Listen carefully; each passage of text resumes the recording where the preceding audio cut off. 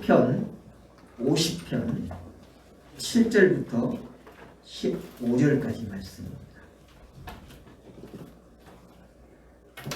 내 백성들아 들을지어다. 내가 말하리라. 이스라엘아 내가 네게 증거하리라. 나는 하나님 곧 내 하나님이로다. 내가 너의 재물을 인하여는 너를 책망치 아니하리니 내 번제가 항상 내 앞에 있음이로다. 내가 내 집에서 수소나 내 우리에서 수염소를 치지 아니하리니 이는 삼림의 짐승들과 천살의 생축이 다 내 것이며 산의 새들도 나의 아는 것이며 들의 짐승도 내 것이므로다. 내가 가령 주려도 내게 이르지 않을 것은 세계와 거기 충만한 것이 내 것이므로다. 내가 수소의 고기를 먹으며 염소의 피를 마시겠느냐. 감사로 하나님께 제사를 드리며 지극히 높으신 자에게 내 서원을 갚으며 환난 날에 나를 부르라. 내가 너를 건지리니 내가 나를 영화롭게 하리로다. 아멘. 23절을 읽습니다. 감사로 제사를 드리는 자가 나를 영화롭게 하나니 그 행위를 옳게 하는 자에게 내가 하나님의 구원을 보이리라. 아멘.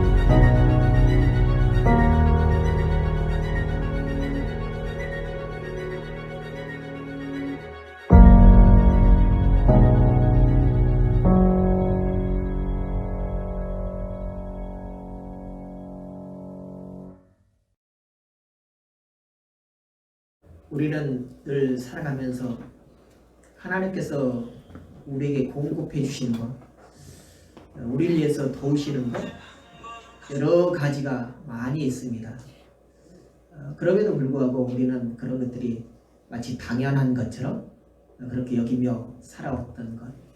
그래서 우리는 그 당연한 것이 모든 사람에게 이렇게 똑같이 베풀어질 것이다 라고 생각하지만 그렇지 않다는 겁니다. 그래서 하나님께서 우리에게서 손을 거두시면 우리는 그 당연한 것이라고 여겼던 것들을 우리는 전혀 공급받지 못하고 살아갈 것이다 라는 소리는 될 것입니다. 그래서 오늘 추수감사절을 맞이해서 감사에 대해서 생각을 해봤으면 좋겠습니다. 구약의 이스라엘 백성들이 지킨 3대 절기가 있는데요. 그 절기 중에서 하나님께 감사하는 데 초점을 맞춰진 대표적인 절기가 바로 수장절이다 라고 이렇게 말할 수 있습니다. 이 수장절을 다른 곳에서는 또 장막절 또는 초막절이다 라고 이렇게 말하기도 하죠. 그래서 하나님께서는 레위기 23장 34절에서 이스라엘 자손에게 고하여 이르라 7월 15일은 초막절이니 여호와를 위하여 7일 동안 지킬지니라.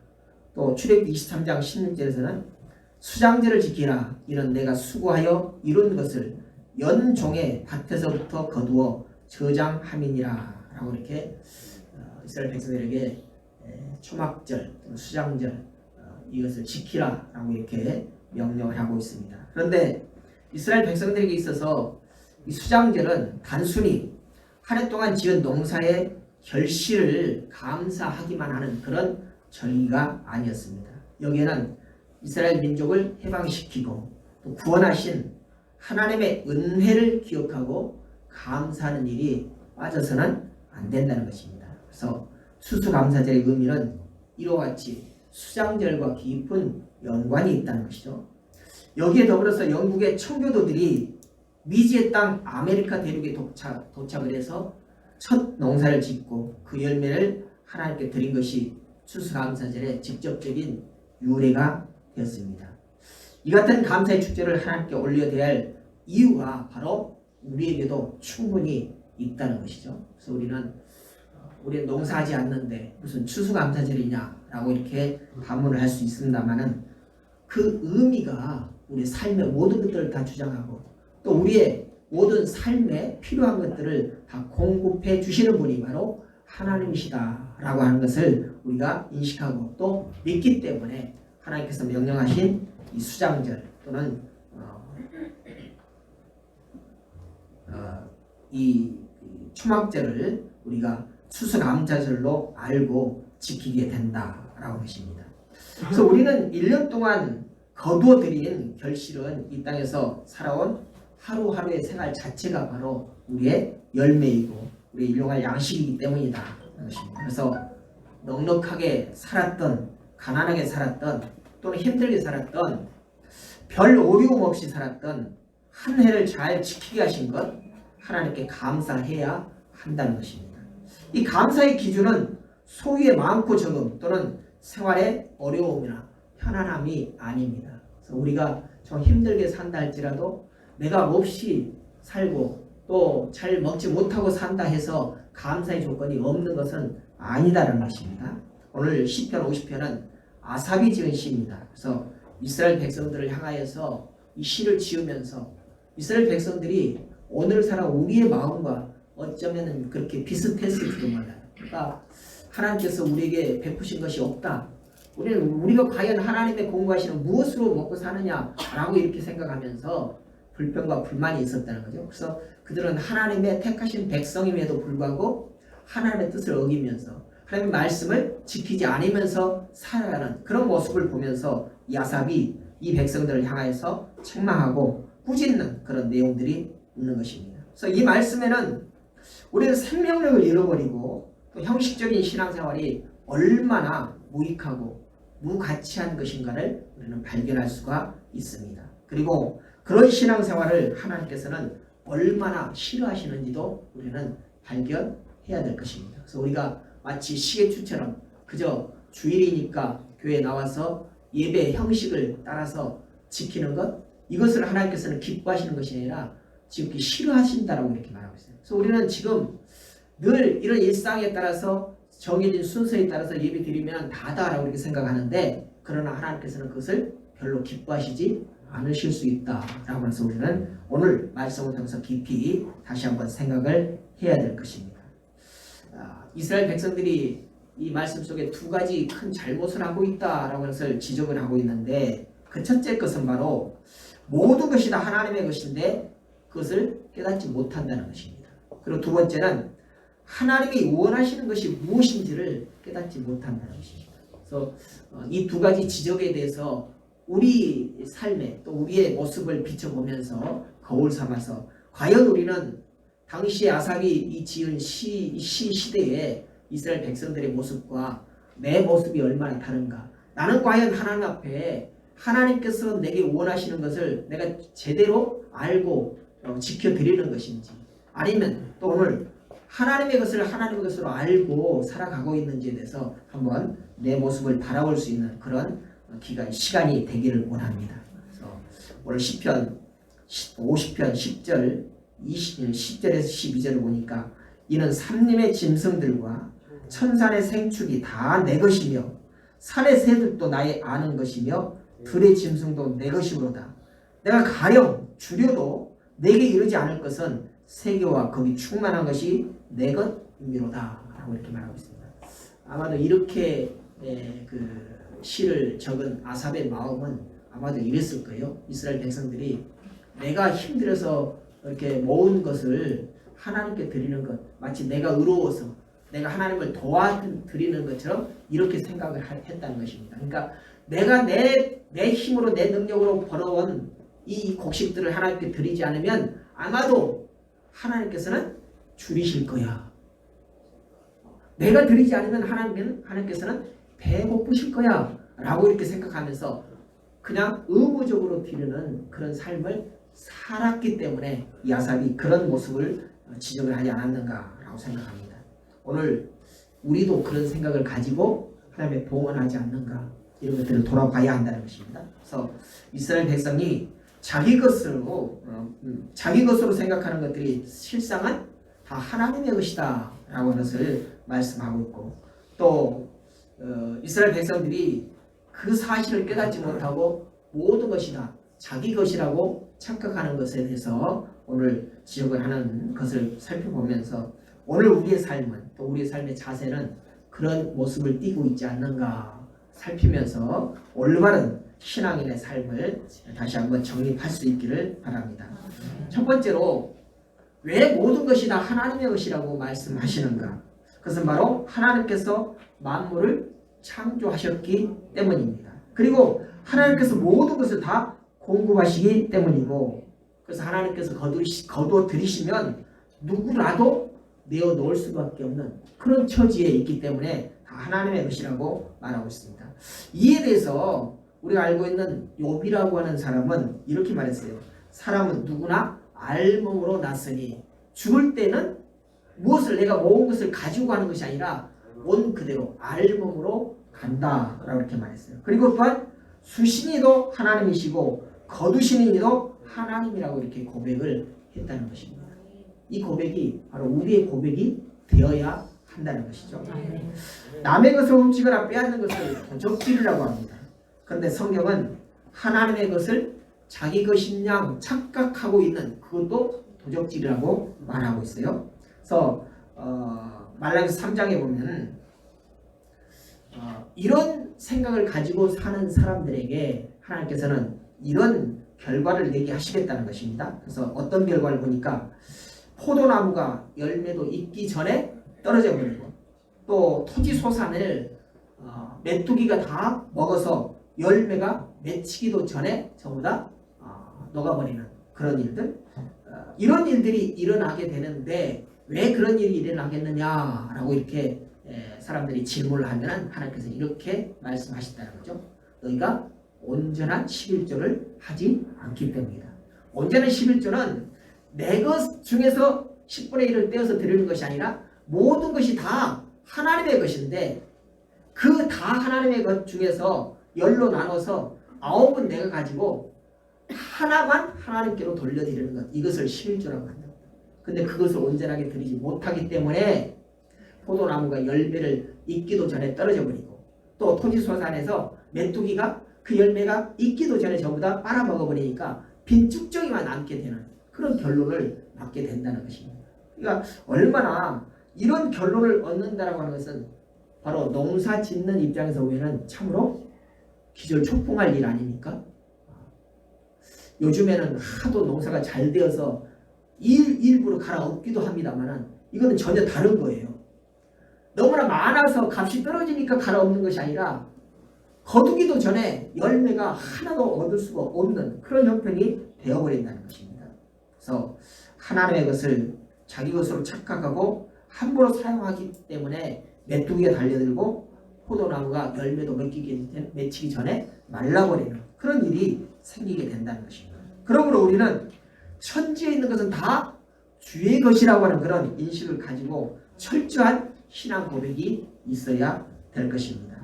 역대상 29장 11절을 보니까 이스라엘 백성들이 잘못 판단한 한 가지는 바로 하나님께서 원하시는 것이 무엇인지를 모른다라고 이렇게 거듭거듭 이렇게 지적을 하고 있습니다. 오늘 본문의 13절을 보니까 내가 내 집에 수소나 내 우리의 순염소를 짓지 아니하리니 라고 말씀하시면서 또 이어서 내가 수소의 고기를 먹으며 염소의 피를 마시겠느냐 이렇게 말씀합니다. 하나님께서는 제사 제도를 만드시고 제사를 드리라고. 여기서 우리가 또 착각하시는 분들이 계셔요. 성경에서 자주 제사라고 하니까 우리가 지금 조상들에게 드리는 그런 제사와 똑같은 것으로 착각을 하는 경우가 있어요. 그래서 오늘 말씀 중에서 제사라고 하는 부분을 저는 예배라고 바꿔서 말씀을 드리겠습니다. 오늘 다시 한번 있습니다. 내가 내 집에서 수소나 내 우리에서 순염소를 짓지 아니하리니 내가 수소의 고기를 먹으며 염소의 피를 마시겠느냐. 이게 바로 예배 형식을 말하는 것입니다. 예배 때에 하나님 앞에 제물을 드리는데 그 제물 드리는 것, 제물은 바로 자기 자신을 드리는 것입니다. 자기 자신을요. 자기 자신을 드린다는 것은 내가 피 흘리고 내가 죽어야 한다는 그런 의미거든요. 그런데 내가 죽어버리면 하나님 앞에 하나님께서 공부하신 그런 것들을 누릴 수가 없잖아요. 그래서 하나님께서는 네 생명을 내가 앗아야 되겠지만, 네 생명을 내가 받아야 되겠지만, 네 생명 대신에 짐승의 생명을 내가 받겠다라고 하는 그런 의미로 내 대신 다른 짐승을 제물로 드리라고 하는 그런 제도를 만드셨다는 것입니다. 이게 참 의미가 뭐예요? 내 생명 대신에 짐승의 생명을 드린다라고 하는 그런 의미니까 짐승의 생명을 드리는 그 자체는 짐승의 생명이 드려지는 겁니까? 아니면 내 생명이 드려지는 겁니까? 의미는, 영적인 의미는 내 생명이 드려지는 거죠.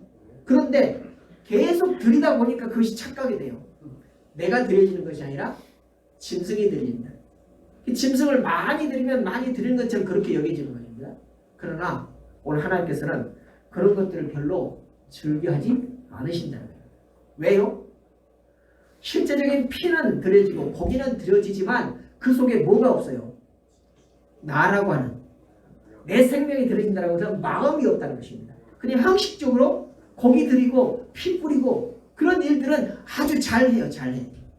그런데 정말로 나의 마음, 나의 생명을 드립니다. 내 피를 드립니다라는 그런 마음이 빠져버렸기 때문에 하나님께서는 그 제물을 받기를 기뻐하지 않으신다라는 것입니다. 그래서 하나님께서 원하시는 것이 무엇인지를 오늘 제물을 드리면서도 그 제물 속에 있는 의미를 바로 알지 못하고 그 형식적인 그런 제물이 되어지고 있다는 것입니다. 사도 바울은 이런 것에 대해서 이렇게 고백하고 있습니다. 나는 먹든지 마시든지 무엇을 하든지 다 하나님의 영광을 위하여 하고 몸으로 있든지 떠나든지 주를 기쁘시게 하는 자가 되기를 위해서 힘쓴다. 여러분도 이런 마음을 가지고 예배를 드려야 한다는 것입니다. 서로 여러분이 힘들고 또 고난에 있다할지라도 예배할 때는 그런 것까지라도 하나님 앞에 올려드리고 그런 것까지라도 하나님께 감사의 조건이 될 수 있어야 된다는 거죠. 그래서 로마서 12장 2절을 보니까 이렇게 또 성도들이 권면하고 있어요. 하나님의 선하시고 기뻐하시고 온전하신 뜻이 무엇인지 분별하도록 하라. 예배하면서 내 뜻만 주장하고 내 간구할 것만 구하는 그런 예배가 참된 예배가 아니라 예배할 때는 정말로 하나님께서 내가 드리는 예배를 받으실까를 염려하고 그리고 내가 어떻게 드리는 것이 하나님께서 기뻐하시고 하나님께서 선하신 그런 방향으로 내게 갚아주실까를 생각하고 온전한 예배가 무엇일까를 깊이 생각하면서 예배하는 것이 올바른 예배라는 것입니다. 수소나 순염소는 제물입니다. 그래서 짐승의 피로 제사를 드리려고 하는 사람은 자기 마음을 담아서 제단 앞으로 나아가야 하는 것입니다. 자기 마음을 쏙 빼놓고 재물만 가져다가 제단 앞에 드리는 것, 이것을 하나님께서는 기뻐하시지 않으신다는 거예요. 아무리 좋은 고기를 드려도, 아무리 많은 고기를 드려도, 아무리 많은 피를 제단 앞에 뿌려도 하나님께서는 그것들을 별로 기뻐하시지 않으신다는 거죠. 무엇이 있어야 되냐? 거기에 내 마음이 있어야 된다는 거죠. 그 마음에는 정말로 내 생명을 드립니다라고 하는 그런 뜻이 깊이 배어 있어야 한다는 것입니다. 그런데 이스라엘 백성들은 형식으로는 누구 못지않게, 형식으로는 어떤 종교에 비교해도 부족함이 없는 그런 제물을 드렸어요. 그런데 마음이 빠져 있다는 거죠. 뭡니까? 하나님의 원하시는 뜻을 몰랐다는 것이죠. 왜 그런가? 하나님께서 원하시는 것은 이스라엘 백성들 자체라고 하는 것을 몰랐기 때문에, 그 백성들의 마음을 담은 그 행동, 그것들을 원하는 것인데, 이 백성들은 마음은 쏙 빼버리고 그냥 이 정해진 순서에 따라서, 그 절차에 따라서 그렇게 행하는 행사로 이렇게 예배를 드렸다는 것입니다. 오늘 8절에 보니까 내가 너의 재물을 인하여는 너를 책망치 아니하리니 내 번제가 항상 내 앞에 있으리로다. 재물은 넘쳐난다는 것입니다. 하나님 앞에 제단에 쌓여있는 것, 이것들이 넘쳐난다는 거예요. 이게 부족해서 하나님께서 책망하고 기뻐하지 않은 것이 아니라는 것입니다. 재물은 넘쳐나지만 그 안에 하나님을 믿는 그 믿음, 그 마음이 전혀 없기 때문에 이 재물들을 향해서 기뻐하지 않으신다라고 말합니다.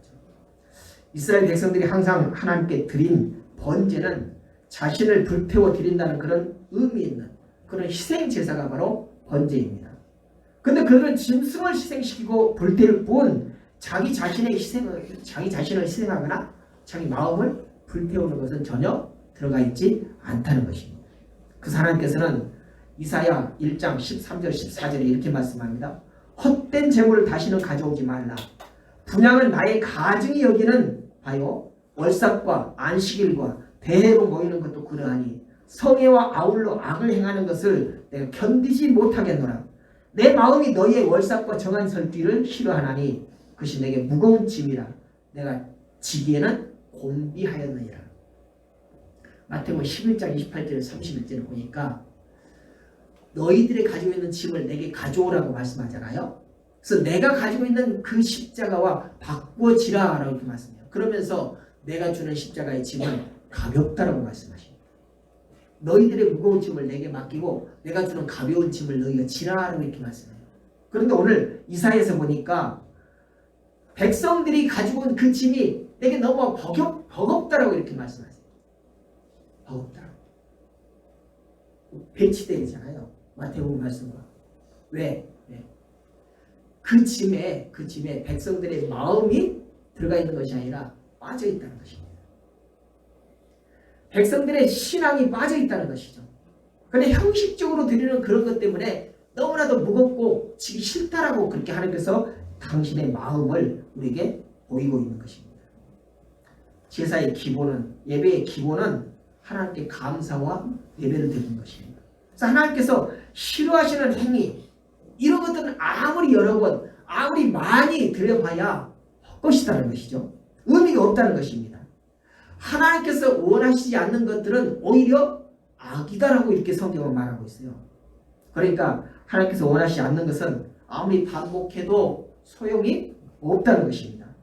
아무리 우리가 횟수로 여러 번 예배를 드린다 할지라도 그 예배 속에 우리 마음이, 우리 정성이, 우리 감사가 들어있지 않으면 아무 소용이 없다는 것입니다. 여러분, 예배 드리는 횟수에 방점을 치지 마시기 바랍니다. 여러분의 마음을 그 안에 담고 있느냐, 여기에 방점이 찍혀져야 한다는 것입니다.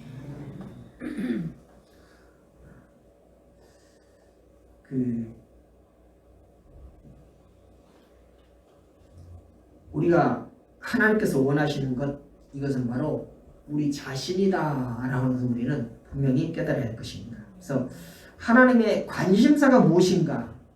하나님의 관심사가 어디에 있을 것인가? 우리가 많이 가진 그런 것들에 관심을 가지지 않으십니다. 우리 어떤 권력을 가지고 있느냐 여기에 관심을 가지지 않으신다는 것입니다. 우리가 어떤 좋은 것을 가지고 있느냐 여기에 관심이 없다는 것입니다. 그럼 어디에 관심이 있느냐? 내 자체에 관심을 가지고 있다는 것입니다. 우리 자신들에게 하나님께서는 관심을 가지고 계신다는 것입니다. 여러분이 어디에 있든지 하나님께서는 마치 눈동자와 같이 그렇게 관심을 가지시고 계시다는 것입니다. 그래서 그 관심이 바로 여러분의 마음이 어디에 있느냐, 여러분의 마음이 하나님께로 향해 있는 것, 그것을 가장 기뻐하신다라고 말씀하고 있다는 것이죠. 그래서 하나님께서는 이 세상 모든 것들이 다 내 것이다 라고 이렇게 말씀하셨어요. 그래서 우리가 그것을 분명하게 알아들어야 한다는 것입니다. 내가 가진 것도 또 옆 사람이 가진 것도 전부 다 하나님의 것이다라고 그런 인식을 분명히 해야 한다는 것이죠. 두 번째는 하나님이 원하시는 예배는 어떤 것일까요? 오늘 14절을 보니까 감사로 하나님께 제사를 예배를 드리며 지극히 높으신 자에게 내 서원을 갚으며 이렇게 말씀합니다. 하나님께 드리는 모든 예배의 목적은 바로 구속하신 하나님의 크신 은혜와 사랑에 감사하는 것이 되어야 합니다. 우리가 예배하는 것이 뭡니까? 예배할 때 내가 필요한 것을 구하는 것, 이것이 예배의 주 목적이 돼서는 안 된다는 것입니다. 무엇보다도 하나님께서 우리에게 베푸신 것들을 생각하면서 그 은혜에 대해서, 그 사랑에 대해서 감사하는 것이 예배의 주 목적이 되어야 한다는 것입니다.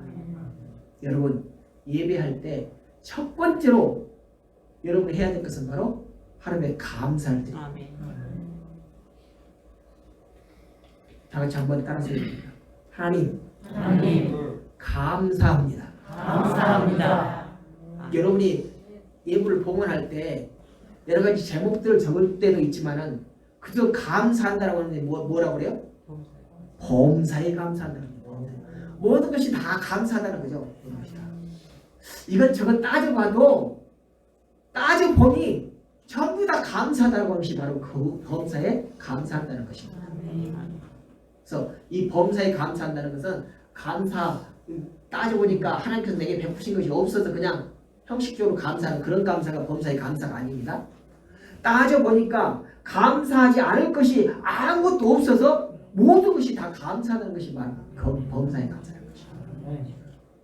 그렇지만 특별히 한 주간을 살아가면서 여러분이 특별히 감사할 것이 있다라고 한다면 적는 것도 더 의미가 있을 겁니다. 그래서 그것에 대해서 한 번 더 감사의 기도가 되어지는 것 그렇습니다. 감사가 빠진 예배, 감사가 빠진 기도는 아무 의미가 없습니다.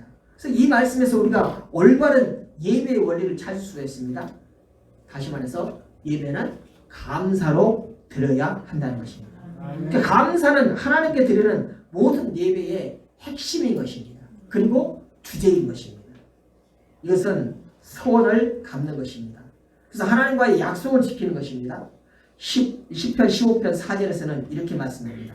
그 마음에 서원한 것은 해로울지라도 변치 아니하며 라고 말씀합니다. 그래서 해롭다는 것은 그 원어의 의미를 보니까 손해보다 또는 이익이 없다는 것입니다. 그러니까 우리가 하나님 앞에 이렇게 하겠습니다라고 이렇게 서원을 올렸었는데 살다 보니까 그것이 내 인생에서 엄청난 해로운 것이 됐다는 거예요. 그럼에도 불구하고 감사함으로 그 서원을 갚으라고 하는 것이 바로 하나님의 말씀이라는 것입니다. 우리는 우리 속담에 달면 삼키고 쓰면 뱉는다라고 하는 그런 속담이 있습니다. 그래서 자기에게 도움이 되면 가까이 하고 도움이 되지 않으면 멀리 하는 것, 그것을 신이 없는 그런 행동이다라고 얘기하는데 하나님 앞에서는 이런 일이 있어서는 안 된다는 것입니다. 하나님과의 약속이 내게 유익하면 지키고 손해볼 것 같으면 떼뜨리는 것, 이것은 믿음이라고 할 수가 없어요. 이것은 신앙이라고 할 수가 없습니다. 이것은 하나님의 백성이라고 하는 그런 자세가 잘못된 것이라는 것입니다. 그래서 손해를 보고 이익이 없을지라도 하나님께 서원한 것을 갚으며 올바른 예배를 드리는 것이 바로 성도의 올바른 삶의 자세인 것입니다. 어느 시골의 할아버지가 5일장을 가셨어요.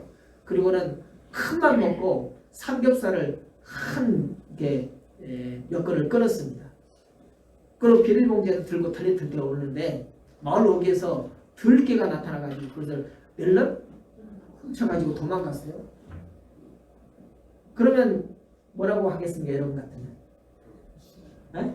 저 망할 놈의 개. 그러면서 개에게 한바탕 욕을 퍼붓겠죠. 근데 이 할아버지는 하나님 감사합니다. 감사합니다. 같이 오던 동네 사람들이 아니 고기를 훔쳐갔는데 그것이 무엇이 감사하셨군요. 그랬더니 비록 고기는 빼앗겼지만 그 고기 맛을 아는 내 입맛은 여전하잖아요. 만약에 내 입맛까지 빼앗겨버렸다면 나는 다시는 고기 맛을 알 수도 없고 볼 수도 없지 않습니까? 그러니 내 입맛이라도 지켜주신 하나님께 감사합니다. 우리 생각에는 그 무슨 감사 조건이에요. 그렇지만 그것도 감사의 요건이 될 수 있다는 것입니다. 바울은 골로새 3장 15절 16, 17절에서 이렇게 말씀합니다. 너희는 감사하는 자가 되라. 마음의 감사함으로 하나님을 찬양하고 예수의 이름으로 하고 그를 힘입어 하나님께 감사라. 이렇게 권면하고 있습니다. 무엇을 하든지 어떤 상황에서든지 감사가 바로 하나님의 제일 조건이 되어야 한다는 것입니다. 이것을 통해서 감사가 신앙생활에 얼마나 소중한 것인지를 우리는 알 수 있습니다. 죄인은 욕심 때문에 감사하기보다 불평하기 합니다. 또 그래서 마음에 평안이 없고 하나님께 대해서 원망을 늘어놓기가 일수라는 것입니다. 그런데 불평과 원망하는 사람은 그 삶을 바라보면 행복하지가 않아요. 하지만 감사하는 삶을 사는 사람들은 없어도 또 부족해도 늘 행복한 삶을 살아가게 됩니다. 늘 여러 번 제가 예를 들었습니다만은 행복지수라고 하죠. 행복지수.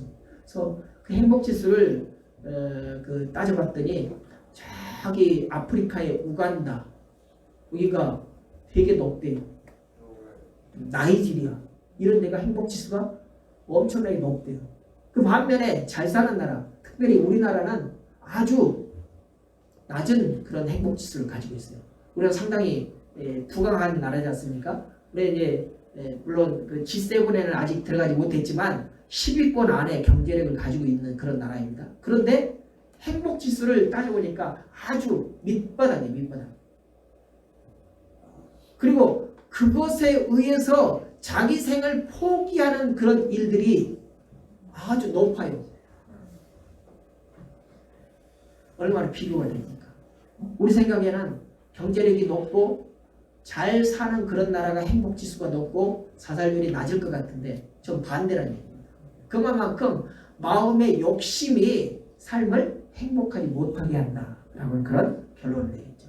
그래서 감사는 평안을 주고 또 온갖 시험을 이기도록 해주는 그런 능력이 되는 것입니다. 근데 감사는 환경이나 조건 때문이 아니라 하나의 크신 능력으로부터 시작이 되어집니다. 즐겁고 기쁨 가운데 감사하는 것은 누구나 할 수 있어요. 성경에서는 이런 일들은 이방인들도 하는 것이라 이렇게 말하고 있어요. 내가 풍족할 때, 내가 많은 것을 가지고 있을 때 다른 사람을 도와주고 다른 사람에게 기쁨을 주는 것, 이런 것들은 이방인들도 행하는 일이라는 것입니다.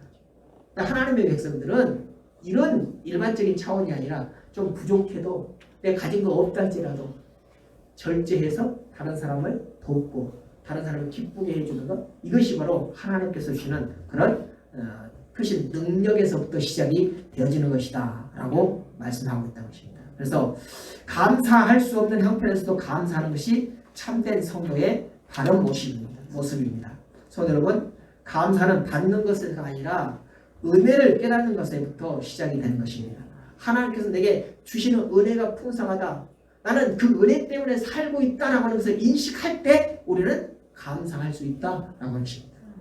그래서 하나님의 은혜를 인식하지 못하면 우리는 절대로 감사할 수가 없는 것이요. 그래서 여러분의 삶에서도 늘 하나님의 은혜를 인식하면서 살아가시기를 주님의 이름으로 부탁을 드립니다. 그래서 지금의 형편과 또 처지가 불만족스럽고 또 불행해 보여도 믿음의 눈으로 보면은 하나님께 감사하지 않을 수가 없다는 것이죠.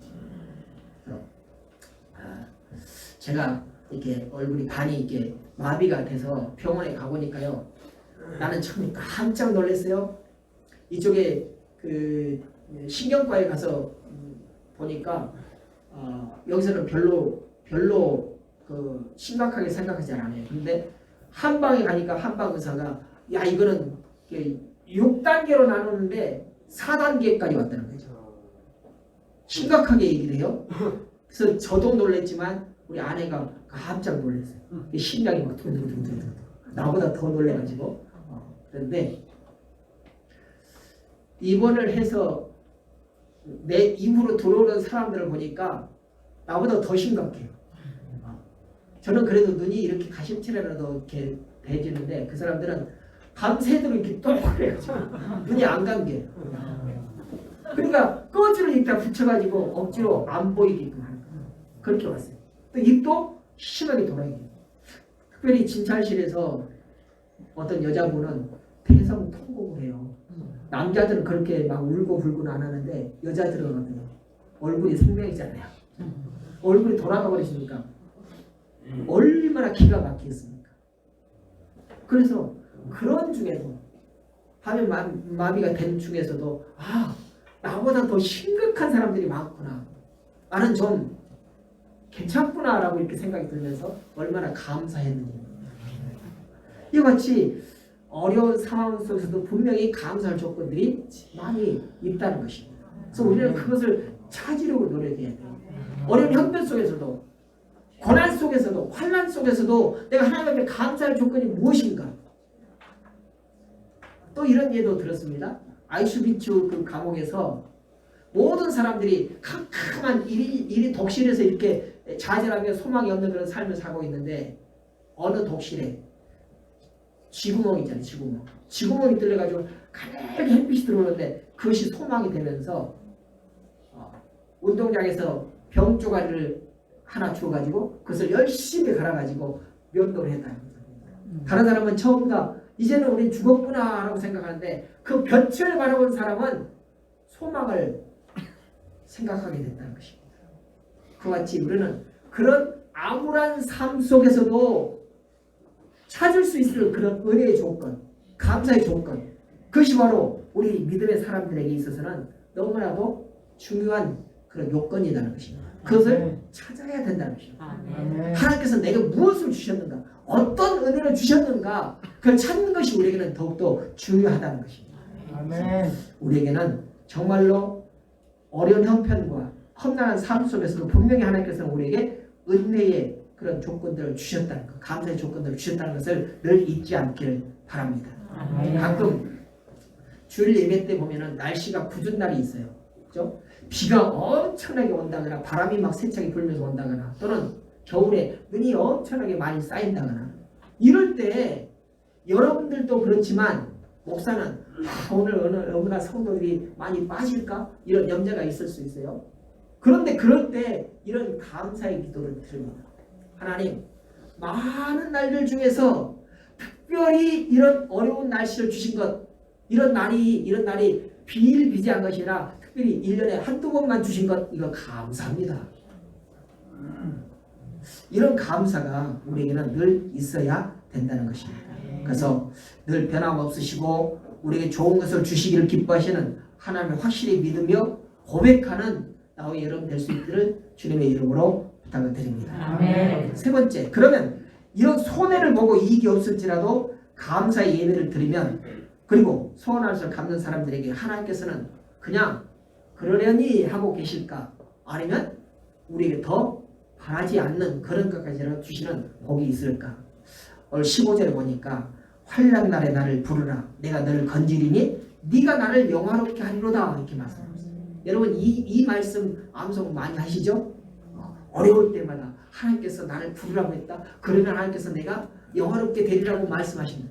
이게 정말로 어려울 때 이 말씀을 묵상하면 얼마나 힘이 되고 이루어야 됩니까? 능력이 됩니까? 그런데 사랑하는 사람들은 우리가 먼저 마땅히 해야 할 일이 있고 그 후에 하나님께 도움을 구하며 기도해야 합니다. 그 마땅히 해야 될 것이 무엇이냐? 환난 날에도 세상 바라보지 않냐고, 세상 가운데서 나에게 도움이 줄 것이 무엇인가를 찾지 않냐고 먼저 하나님을 찾고 부르라는 것입니다. 이것이 우리에게는 먼저 있어야 될 일이라는 것입니다. 그래서 오늘 시간 이 자리에서 어떤 감사를 드리고 있습니까? 가정과 사업과 일터에서 풍성하게 하신 것, 또는 어떤 시험에서 합격하신 것, 취업하게 하신 것, 결혼하게 하신 것, 물론 이런 것들 다 감사할 이고 감사의 조건입니다. 하지만 이런 감사는 아까도 말씀드렸지만은 믿지 않는 사람도, 이방인들도 감사한다는 것입니다. 그런데 오늘 성경은 이렇게 말씀합니다. 우리 주변을 한번 살펴보라. 하나님께서 주시지 않은 것이 무엇이 있느냐? 주변을 살펴보면은 우리가 환난을 겪고 고난 가운데 있다 할지라도 감사할 조건들이 얼마나 많은지 모른다라고 하는 것이 바로 하나님의 말씀이라는 것입니다. 그래서 곰곰이 생각해 보면 모든 것이 다 감사할 조건입니다. 하지만 우리 성도는 먼저 죄사함과 구원하신 것에 대해서 특별히 감사해야 된다는 것입니다. 믿지 않는 사람들이 전국에 가야 할 그곳을 우리가 알고 있다면 우리는 하나님의 백성으로 이미 세상을 만드시기도 전에 택한 자로 이렇게 선택을 받았고, 그런 자이기 때문에 우리가 아무리 지옥 가고 싶어도 지옥으로 안 보내시겠다라고 하는 것, 이것이 얼마나 감사한지 모릅니다. 그것만 생각해도 우리는 감사할 조건이라는 것입니다. 이것만 생각해도 우리는 삶에서 감사하지 않을 수가 없다는 것입니다. 벌레만 또 못한 죄인이었던 우리를 하나님께서 택하시고 우리를 구원하시기 위해서 독생성자 예수 그리스도를 이 땅에 보내주셨습니다. 또 우리가 이 생을 사는 동안 성령을 통해서 거룩하게 훈련시키시고 죽은 다음에는 영원롭게 하시겠다라고 약속하시고 천국을 우리에게 예비해 두셨다라고 하는 이런 생각을 하면은 우리가 얼마나 감사가 넘치고 하나님께 감사를 해야 할지 모릅니다. 그러므로 우리는 세상을 일시적인 어려움을 그리고 형편을 처해들 따라 만날 때마다 하나님께 불평하고 원망해서는 안 된다는 거죠. 이스라엘 백성들이 출애굽 이후에 그 홍해를 가르서 바닷길을 내신 그 하나님의 이적을 보면서도 금방 배고프다고 목마르다고 원망하고 불평했지 않습니까? 이런 예를 우리는 따라서 닮아서는 안 된다는 것입니다. 그래서 감사하는 환경이나 조건은 우리의 생각하기 나름인 것이에요. 보여지는 것이 다가 아니라고 성경은 말씀하고 있습니다. 그래서 감사하는 마음을 최선을 다해서 최고의 것으로 하나님께 드림으로 하나님을 영원롭게 드리는 것, 이것이 우리가 해야 될 삶의 자세이고 신앙인의 올바른 자세이라는 거죠. 찬양 가운데 이런 찬양이 있어요. 하나님이 출애굽 때에 홍해를 갈라주셨잖아요. 바닷길을 내주셨습니다. 막 바람을 불어가지고 마르게 해주시고, 우리 생각에는 바다를 갈랐으면 그 안에는 뭐가 있겠어요? 마치 늪처럼 밟으면 깊이 빠지고 막 걸어가기 힘들잖아요. 근데 하나님께서는 바람을 막 불러가지고 마르게 해주십니다. 얼마나 놀라운 기적입니까? 그뿐만 아니에요. 가나안에 들어갈 때 요단강을 팍 저 위에서 막아버려가지고 딱 물이 끊기게 만드셨어요. 우리의 삶에서 이런 놀라운 일들이 얼마나 많이 발생이 됐으면 좋겠습니까? 근데 그런 일들이 비일비재해요? 아니요. 어쩌면 없을 수도 있어요. 그럴 때 우리는 낭망하고 좌절할 수 있습니다. 그런데 그게 다가 아니에요. 신약성경에서는 어떻게 했어요? 바다를 가를 걸로 기대를 했는데 하나님께서는 그렇지 아니하시고 바다 위를 걷게 하셨어요. 금시초문입니까? 베드로 보세요. 베드로. 우리는 홍해가 갈라지고 요단강이 물이 딱 끊어지는 이런 것들만 기적으로 생각했는데 그것만 바라고 사는데 하나님께서는 그보다 더 엄청난 바다 물 위를 걷게 하시는 그런 놀라운 이적을 우리에게 주신다는 것입니다. 우리가 생각하지도 못했던 것들, 우리가 바라지도 못했던 그런 은혜를 우리에게 부어주신다는 것입니다. 그래서 우리는 늘 그런 하나님의 은혜를 기대하며 살아가시는 나와 여러분 될 수 있기를 바랍니다. 우리가 생각이 미치지 못하는 그곳에 하나님의 은혜가 임하신다는 거죠. 이게 우리의 감사의 놀라운 조건이 되는 것입니다. 여러분의 삶에서 참으로 이런 감사의 조건들이 경험되어지기를 또 체험되어지기를 다시 한번 주님의 이름으로 축원합니다. 감사하신 아버지 하나님, 오늘 주님의 귀한 말씀을 통하여서 이 세상 살아가면서 이스라엘 백성들이 하나님의 놀라우신 이적과 기적을 맛보았음에도 불구하고 목마르다고 배고프다고 불평과 불만을 터뜨렸던 그런 것들을 우리는 기억하고 있습니다. 오늘 우리의 삶 속에서도 하나님께서 우리에게 여러 가지 은혜를 베풀어 주시고 그런 은혜 속에서 살아가게 하지만 더욱더 놀라운 기적을 바라며 살아가고 있지 않는지 우리 자신들을 돌아보게 하여 주시옵소서. 그러나 바다를 가르고 강물을 멈추게 하셨던 그런 하나님의 이적만이 이적이 아니라 바다 위를 걷게 하시는 우리가 생각하지도 못했던 그런 이적을 우리에게 삶에서 베풀어 주신 것을 우리는 또한 기억하게 하시고 그런 하나님의 은혜에 대해서 날마다 감사하는 삶을 살아가는 저희들 되게 하여 주옵소서. 감사드리며 예수님의 이름으로 기도드렸습니다. 아멘.